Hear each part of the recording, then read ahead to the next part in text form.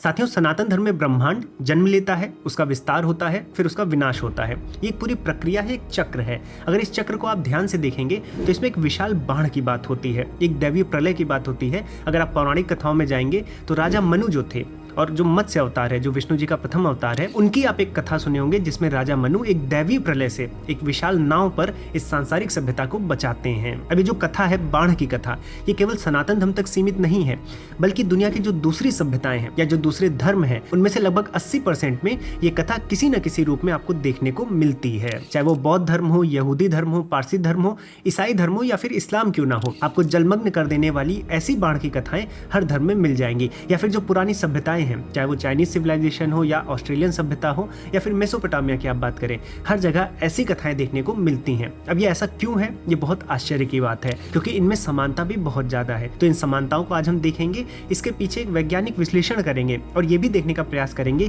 कि क्या सच में पृथ्वी पर इस तरह की कोई विशाल बाढ़ आई थी या नहीं आई थी। तो साथियों, आप सभी का हाइपर क्वेस्ट के एपिसोड नंबर 115 में स्वागत है। हम इस एपिसोड में इन कथाओं के बारे में चर्चा करेंगे, इन कथाओं का विश्लेषण करेंगे और देखने का प्रयास करेंगे कि क्या कुछ कॉमन पॉइंट है या कुछ भौगोलिक प्रमाण है कि ऐसी बाढ़ें हुई भी थी या नहीं हुई थी। तो साथियों, बिना किसी विलंब के आज के विश्लेषण को प्रारंभ करते हैं।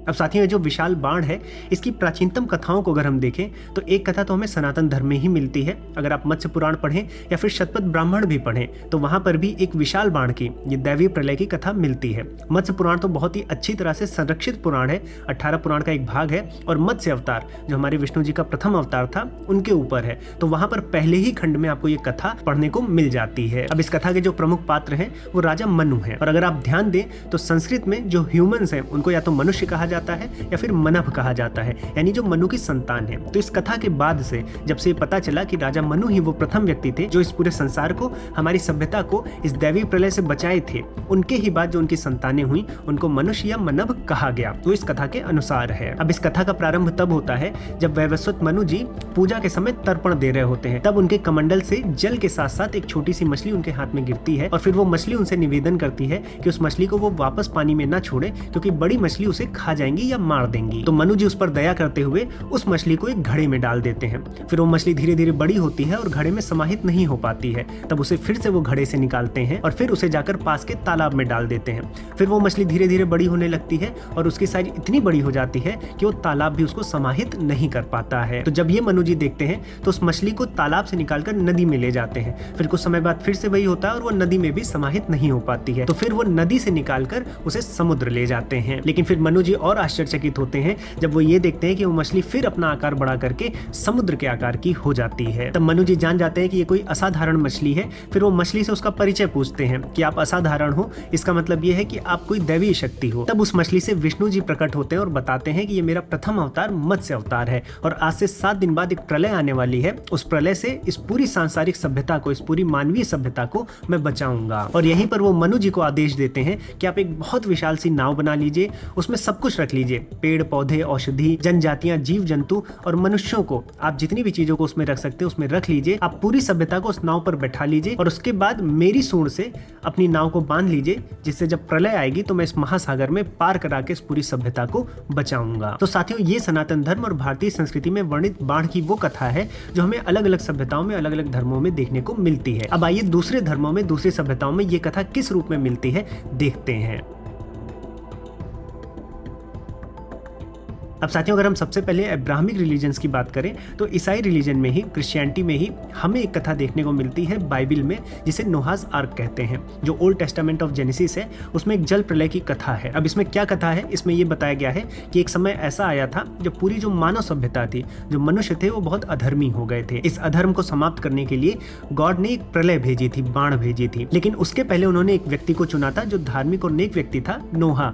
उसको उन्होंने बताया था कि ऐसा होने वाला है, आप एक विशाल जहाज बना लीजिए और उस जहाज में अपने परिवार को, अपनी पत्नी को, अपने 3 बेटे, उनकी पत्नियों को, दूसरे प्राणियों को, जीव जंतुओं को और इसी तरह की चीजें जैसे कि हमें सनातन धर्म में कथा मिलती है उसी प्रकार की चीजों को उस जहाज में रख लीजिए और इस बाढ़ से बचकर निकल जाइए। उसके बाद 40 दिनों तक वर्षा होती है, बहुत तेज बाढ़ आती है, लेकिन जहाज के माध्यम से नोआ और उसका पूरा परिवार और जो भी चीजें उसके साथ थी उसको लेकर वो उस बाढ़ से बचकर माउंट अरारत पर पहुंचते हैं जो कि टर्की में था। और जब वो माउंट अरारत के पास पहुंचते हैं तो उसके बाद पहले वो अपने कबूतर को छोड़ते हैं। वो कबूतर बहुत दूर तक जाता है लेकिन कोई जमीन न पाकर वापस आ जाता है, लेकिन 7 दिन बाद फिर से कबूतर छोड़ते हैं और इस बार वो जैतून के पत्ते के साथ लौटता है, जिससे नोहा को पता चलता है कि हाँ अब जो है जमीन पर हम सुरक्षित जा सकते हैं। और फिर उसके बाद वो जाते हैं और यहाँ पर गॉड उनसे कहते हैं कि अब मैं कोई बाढ़ नहीं लाऊंगा, ऐसी तबाही नहीं मचाऊंगा, और इसके लिए वो एक इंद्रधनुष का संकेत करते हैं। अब ऐसे ही आपको एक कथा जुडाइज्म या फिर आपको इस्लाम में मिल जाएगी, लेकिन इसमें जो बाढ़ आती है वो नॉन बिलीवर्स को खत्म करने के लिए आती है। अब इन्हीं कथाओं में ग्रीक सिविलाइजेशन में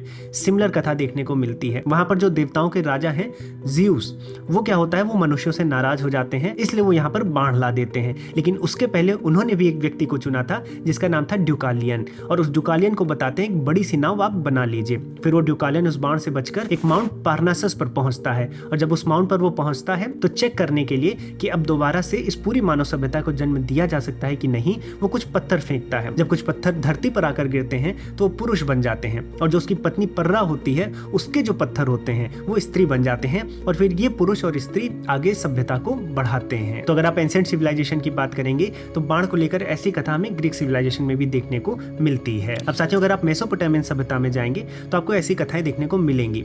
जो मेसोपोटामियन साम्राज्य था वो 3 भागों में बटा था। उसके 3 प्रमुख हिस्से थे, एक सुमेरियन, एक बेबीलोनियन और एक असीरियन, और इन सब में आपको बाढ़ की कथाएं मिलेंगी। लेकिन जो सबसे पुरानी बाढ़ की कथा मिलती है वो गिलगमेश एपिक में मिलती है, और ये पत्थर की 12 पट्टियों पर लिखी गई थी। अगर आप इस कथा को देखेंगे तो ये बिल्कुल वैसे ही है जैसे नोहाज आर्क की कहानी है या फिर हमारे सनातन धर्म में जो बाढ़ की कथा है। अब इसमें जो गिलगमेश है वो एक सुमेरियन राजा थे और उनके मित्र की मृत्यु हो जाती है। तो जब मित्र की मृत्यु हो जाती है वो दुखी हो जाते हैं, तो वो अमरता को ढूंढने निकलते हैं कि ऐसा कोई उपाय मिल जाए जिससे लोग अमर हो जाएं। तो जब वो ढूंढने निकलते हैं तो उन्हें एक अमर व्यक्ति मिलता है, उत्नापिष्टिम नाम का। फिर उत्नापिष्टिम यही कथा बताता है कि ईश्वर ने उसे चुना था, उसने एक विशाल नाव बनाई थी, उस नाव के माध्यम से उसने पूरी सभ्यता को, जीव जंतुओं को, पेड़ पौधों को, धन धान्य को इस बाढ़ से बचाया था। और जब इसको बचा के वो दूसरी ओर पहुंचता है तो ईश्वर उसे वरदान देते हैं अमरता का। तो जो उत्नापिष्टिम है, अगर हम देखें तो सनातन धर्म में जो राजा मनु की बात हुई है वैसी ही बात करते दिखते हैं। अब साथियों इससे पहले कि और भी कथाओं की चर्चा करूं, सबसे पहले आप सभी को श्रावण मास के आरंभ की शुभकामनाएं। इस महाशिव जी हम सब की चेतना को एक स्तर और ऊपर ले जाएं। और इसके साथ साथ मुझे आपको ये सूचित करते हुए भी आनंद आ रहा है कि इस महीने मैं शिक्षणम पर आपको अद्वैत शैव दर्शन को पढ़ाने वाला हूँ। अगर आप शैव धर्म की बात करेंगे तो ये बहुत प्राचीन धर्म है। इसके प्रमाण तो हमें हड़प्पा सिविलाइजेशन में भी मिलते हैं। हम शिक्षणम पर वैदिक आस्तिक दर्शनों को तो पढ़ ही रहे हैं, साथ में मैं चाहता था कि शैव दर्शन, शाक्त दर्शन और भी जितने दर्शन है, चाहे नास्तिक दर्शन हो, उनको भी मैं आपको पढ़ाऊं। और अगर मैं शैव दर्शन की बात करता हूं तो शैव दर्शन में भी बहुत ढेर सारे दर्शन हैं। जैसे कि अगर आप कर्नाटका का देखेंगे तो वहां पर वीर शैव पढ़ाया जाता है, वीर शैव के फॉलोअर्स हैं। तमिलनाडु में आप देखेंगे तो वहां पर द्वैत शैव पढ़ाया जाता है। और जिस अद्वैत शैव की मैं बात कर रहा हूं ये कश्मीरी संप्रदायों से जन्म लिया है। तो कश्मीर में एक शैव धर्म था और वहां पर अद्वैत शैव की बात की गई है। और इस अद्वैत शैव दर्शन को मैं प्रतिभिज्ञा हृदयम, ये एक बहुत सारभूत ग्रंथ है अद्वैत शैव दर्शन का, तो इसके माध्यम से आपको समझाने वाला हूं। आपको ये भी पता चलेगा कि जो शंकराचार्य जी का अद्वैत है या फिर कपिल मुनि जी का जो सांख्य है उनसे ये कैसे अलग है, साथ में शिव जी का वास्तविक रूप कैसा है, शिव शक्ति का जो संबंध है जिससे सृष्टि प्रकाशित होती है, तो ये पूरी प्रक्रिया क्या है, और एक जीव अपनी सीमित चेतना से उस असीमित चेतना शिव तक कैसे पहुंच सकता है। अगर आप देखेंगे तो शंकराचार्य जी का जो अद्वैत दर्शन है वहां पर जो ब्रह्म की परिकल्पना की गई है वो निष्क्रिय ब्रह्म की परिकल्पना है, वहां पर निर्गुण ब्रह्म की परिकल्पना है। लेकिन जो अद्वैत शैव दर्शन है यहाँ पर जो शिव जी की परिकल्पना की गई है इसमें शिव जी निष्क्रिय नहीं है। तो एक अलग ही दर्शन है, काफी प्राचीन है, और मैं प्रतिभिज्ञा हृदयम के माध्यम से 20 सूत्र हैं उनका सार गर्भित आपको व्याख्या करूंगा और हर एक चीज को विधिवत आपको समझाने वाला हूं। तो इस सावन के महीने में जो शिव जी का दार्शनिक स्वरूप है, जो दर्शन है जिनसे आज हम शैव संप्रदाय को देखते हैं, अगर आपको उसको समझना है तो आप आज ही कोर्स में इनरोल कर सकते हैं। वैसे तो कक्षाएं 29 जुलाई से चलने वाली हैं, लेकिन अगर आप 29 जुलाई से पहले प्री बुक करेंगे तो आपको शिक्षणम 30% का डिस्काउंट भी देगा, साथ में एक एक्सक्लूसिव लाइव Q&A सेशन भी मेरे साथ आपको मिलेगा, जो हम सावन के अंतिम दिन पर आयोजित करेंगे। इस नए कोर्स के आपको लिंक और डिटेल्स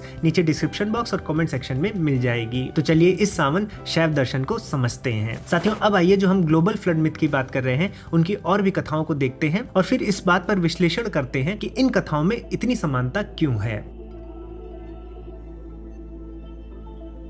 अब साथियों, अगर आप चाइनीज सिविलाइजेशन की बात करेंगे तो वहां पर भी एक ऐसी कथा है। वहां पर एक किसान था जो वर्षा के देवता को कैद कर लेता है एक पिंजड़े में, लेकिन जब कुछ दिन बाद वो शहर की ओर जाता है कुछ काम से, तो उसके जो बच्चे होते हैं वो वर्षा के देवता को आजाद कर देते हैं। तब वो जो वर्षा के देवता होते हैं वो प्रलय की बात करते हैं और उन बच्चों से एक विशाल नाव बना लेने की बात करते हैं। उसके बाद जब वर्षा और बाढ़ समाप्त हो जाती है तो फिर वही जो बच्चे होते हैं आगे चलकर आगे की सभ्यता को बढ़ाते हैं। ऐसे ही आप अमेरिकन माया सिविलाइजेशन की बात करेंगे तो वहां भी अलग अलग जनजातियों में अलग अलग बाढ़ की कथाएं उपलब्ध हैं। जैसे आप एक ओजिब्वे जनजाति है उनकी बात करेंगे तो वहां पर भी एक कथा है कि एक व्यक्ति था जो बहुत बड़े से लॉग यानी लकड़ी की एक नाव पर ये पूरी जनजातियों को, पेड़ पौधों को और जानवरों को एक बड़ी बाढ़ से बचाता है। ऐसे एक पावनी जनजाति है, वो भी ये बताती है कि एक व्यक्ति को चुना गया था जिसने एक बहुत बड़ी नाव बनाई थी और मानव सभ्यता को एक दैवीय प्रलय से बचाया था। ऐसे जब आप मैक्सिकन एस्टेक सिविलाइजेशन की बात करते हैं तो वहां पर भी जो वहां के वर्षा के देवता है टिटलाचाहुआन, तो वो एक दंपत्ति को, नोट और नीना, इन दोनों पति पत्नियों को चेतावनी देते हैं बाढ़ को लेकर। फिर ये दोनों पति पत्नी साइप्रस के पेड़ को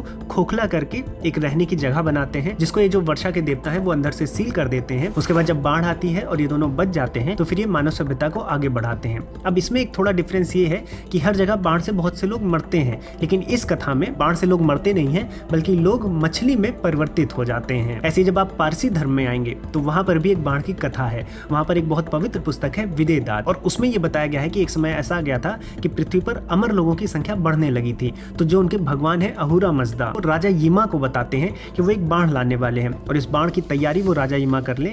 जितनी भी जनजातियां हैं, पेड़ पौधे हैं, जानवर हैं, इन सबको बचाकर एक पर्वत की चोटी पर स्थित बहुत ऊंची जगह पर एक महल है, वहां पर चले जाएं। और जब ये घटना हो जाती है तो राजा यीमा ही फिर पूरी मानव सभ्यता को आगे बढ़ाते हैं। अब साथियों, हर एक सिविलाइजेशन में आपको ऐसी कथाएं देखने को मिलेंगी, चाहे वो इजिप्शियन हो, ऑस्ट्रेलियन हो। तो अगर हर एक की बात करने जाएंगे और हर एक कथा की बात करेंगे तो ये वीडियो बहुत देर तक चलेगी, लेकिन मेरा आपको ये बताना था कि ऐसी कथाएं लगभग हर एक सभ्यता में, और वो इतनी दूर है, हजारों किलोमीटर की डिस्टेंस पर है, लेकिन फिर भी ये कथाएं हमें अलग अलग सभ्यताओं और धर्मों में, मजहबों में, पंथों में देखने को मिलती है। और आज के विद्वान इन कथाओं को रीसेट मैकेनिज्म कहते हैं, यानी कि ये कथाएं वैसी हैं कि कुछ बुरा हुआ उसको भगवान ने बाढ़ के माध्यम से रीसेट किया और कुछ लोगों को बचा लिया जो आगे की सभ्यता को आगे बढ़ाए। तो एक टेक्निकल टर्म बन गया है रीसेट मैकेनिज्म। अब ये कथाएं हैं जो अलग अलग सभ्यताओं में हमें देखने को मिलती हैं। जरूर इनके पात्र अलग हैं, लेकिन इनमें जो ओवरऑल है एक समानता देखने को मिलती है कि कुछ होता है पृथ्वी पर, बाढ़ आती है, एक व्यक्ति या कुछ व्यक्ति को चुना जाता है, वो बाढ़ से बचते हैं, भगवान उनको या तो वरदान देते हैं या फिर वो मानव सभ्यता को आगे बढ़ाते हैं। अब यहाँ पर ये प्रश्न उठता है कि ये समानता हमें क्यों दिखती है? क्या इसके पीछे कोई साइकोलॉजिकल कारण है या फिर सच में कोई बाढ़ हुई थी जिसकी वजह से अलग अलग सभ्यताओं में ये कहानियां फैल गईं? तो आइए जो साइंटिफिक रिसर्च हुए हैं इन कहानियों को लेकर उसको डिस्कस करते हैं।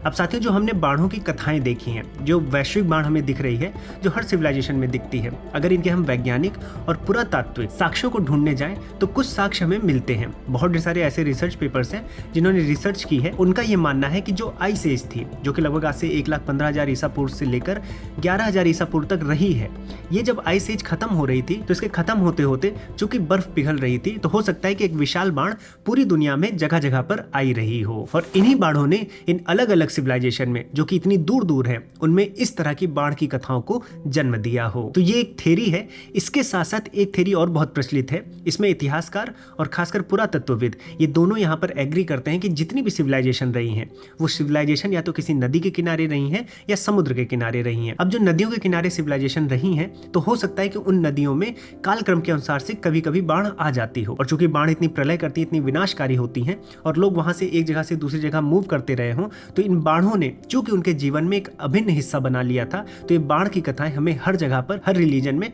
हर सिविलाइजेशन में देखने को मिल रही है। जैसे कि अगर आप देखें तो मेसोपोटामियन सिविलाइजेशन टाइग्रिस नदी के किनारे थी।